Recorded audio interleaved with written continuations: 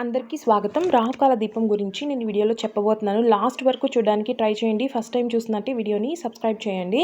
మీరు ఎన్నో కష్టాలు పడుతూ, అలాగే చాలా పూజలు చేస్తున్నాం, అయినా కూడా కష్టాలు తీరట్లేదు, కెరీర్‌లో గ్రోత్ లేదు, సంతానం కలగట్లేదు, జాబ్ రావట్లేదు, అలాగే ఆరోగ్య సమస్యలు అలాగే మలబడుతూ ఉన్నాయి అనుకుంటే, ఈ వీడియో మీకు చాలా యూజ్ అవుతుందండి. తప్పకుండా నేను చెప్పిన విధంగా రాహుకాల దీపాన్ని పెట్టి చూడండి. మీలో చేంజెస్ మీరే గమనిస్తారనమాట. నాకప్పుడు కమెంట్ చేయండి. సో ఫస్ట్ అయితే రావుకాల దీపం ఎక్కడ పెట్టాలి అనేది మనం తెలుసుకుందామండి. మనము ఇంట్లో అయితే రావుకాల దీపం పెట్టకూడదు. ఖచ్చితంగా అమ్మవారి టెంపుల్కి వెళ్ళి మాత్రమే రావుకాల దీపము నిమ్మకాయలతో పెట్టాలన్నమాట. సో ఈ దీపం పెట్టడం ద్వారా నేను పై విధంగా చెప్పిన సమస్యలన్నీ తీరిపోతాయండి. పాజిటివ్ వైబ్స్ వస్తాయి, ప్రశాంతంగా ఉంటుంది.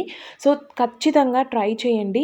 రావుకాల దీపము దుర్గాదేవికి, అమ్మవారికి చాలా ఇష్టమైన దీపం అండి. దీన్ని 1 లేదా 5 లేదా 9 లేదా 11 దీపాలు వచ్చే విధంగా అమ్మవారికి రావుకాల దీపము మంగళవారం అలాగే శుక్రవారం రోజుల్లో పెడతారనమాట. మంగళవారం వచ్చేసి టైమింగ్స్ 3 to 4:30, ఫ్రైడే వచ్చేసి 10:30 to 12 అనమాట. 1.5 అవర్ టైం అయితే ఉంటుందండి. ఈ టైంలో మీరు రావుకాల దీపం పెట్టడానికి ట్రై చేయండి.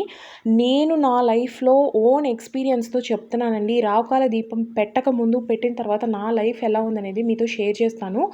నాకైతే ఒకసారి బ్యాక్ పెయిన్ వచ్చిందనమాట. డెలివరీ తర్వాత సివియర్ బ్యాక్ పెయిన్ వచ్చింది. డాక్టర్స్ అందరి దగ్గరికి తిరిగానండి, ఫిజియోథెరపీ చేయించాను, అన్నీ చేయించాననమాట. బట్ డాక్టర్స్ అయితే ఫైనల్గా నీకు సర్జరీ చేయాలి, బ్యాక్ పెయిన్ ఉంది కాబట్టి వెన్నెముక్కకి సర్జరీ చేయాలి, సర్జరీ చేసిన తర్వాత నువ్వు లేచి మళ్ళీ నిలబడగలవు అని మాత్రం మేము గ్యారంటీ ఇవ్వలేము, బట్ సర్జరీ అయితే చేసేయాలి అని చెప్పారనమాట. లేదంటే నువ్వు కూర్చోలేవు, పడుకోలేవు, నిల్చోలేవు. నేను లిటరల్లీ నా బేబీ చాలా చిన్న బాబు అనమాట. బాబుని కనీసం క్యారీ చేసేంత శక్తి కూడా ఉండేది కాదు. ఒక 5 మినిట్స్ కూడా నిల్చోలేకపోయేదాన్నండి.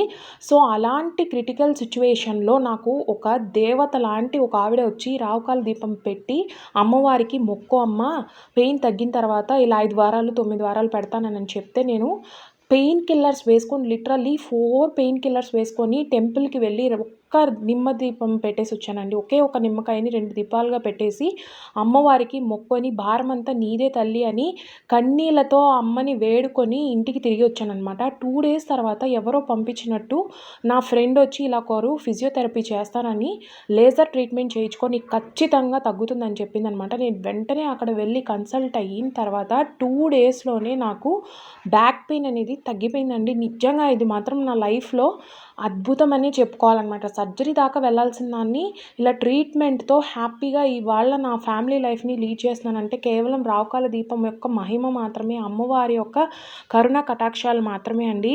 ఇది మాత్రం ఒక స్టోరీ కాదు, ఇది రియల్ లైఫ్ ఇన్సిడెంట్ అనమాట. మీరు కూడా ఎటువంటి సమస్యలు ఉన్నా కూడా, నేను చెప్పిన సమస్యలు ఏవైనా కూడా నమ్మకంతో అమ్మవారి దగ్గరికి వెళ్ళి రావుకాల దీపం అయితే పెట్టండి. ఇప్పటి వరకు నేను ఎన్నో పూజలు చేశాను, వ్రతాలు చేశాను, మొక్కులు తీర్చాను, అయినా నా లైఫ్ ఇలాగే ఉంది అనుకునే వాళ్ళు తప్పకుండా ఈ రావుకాల దీపం పెట్టి చూడండి. ఈ దీపాన్ని ఎవరైనా పెట్టచ్చు అనమాట. పెద్దవాళ్ళు, ముసలివాళ్ళు, చిన్నపిల్లలు, చదువుకునే వాళ్ళు ఎవరైనా కూడా ఈ దీపాన్ని వెలిగించవచ్చు. ఒక దీపం నుండి 1, 5, 9, 11, 21 దాకా రావుకాల దీపాలు అయితే పెట్టుకోవాలండి. ఈ వీడియోలో నేను చూపించిన విధంగా నిమ్మకాయలని ఇంట్లోనే ఎలా సిద్ధం చేసుకోవాలి, రసం ఏం చేయాలి, ఎవ్రీథింగ్ నేను ఈ వీడియోలో చూపిస్తాను. అదే విధంగా మీరు ఫాలో అవ్వండి. దీనిలో కొన్ని రూల్స్ ఉన్నాయండి. ఏంటంటే, మీరు పిండిన నిమ్మరసం టెంపుల్కి వెళ్ళి నిమ్మరసం తీస్తే ఆ నిమ్మరసాన్ని ఇంటికి తెచ్చుకోకూడదు. అక్కడ ఏదైనా చెట్లో ఎవరు తొక్కని చోట వేసేయాలి. అలాగే దీపం వెలిగినంతసేపు మీరు అక్కడే కూర్చొని అమ్మవారి నామాలు లేదా ఓం దుమ్ దుర్గాయ నమః అనే మంత్రాన్ని చదువుకుంటూ, అమ్మవారిని తలుచుకుంటూ మీ సంకల్పం, మీ కోరిక అమ్మవారికి చెప్పుకొని 1.5 అవర్ అక్కడే కూర్చొని దీపాలు కొండెక్కిన తర్వాత ఇంటికి వస్తే చాలా మంచిదనమాట.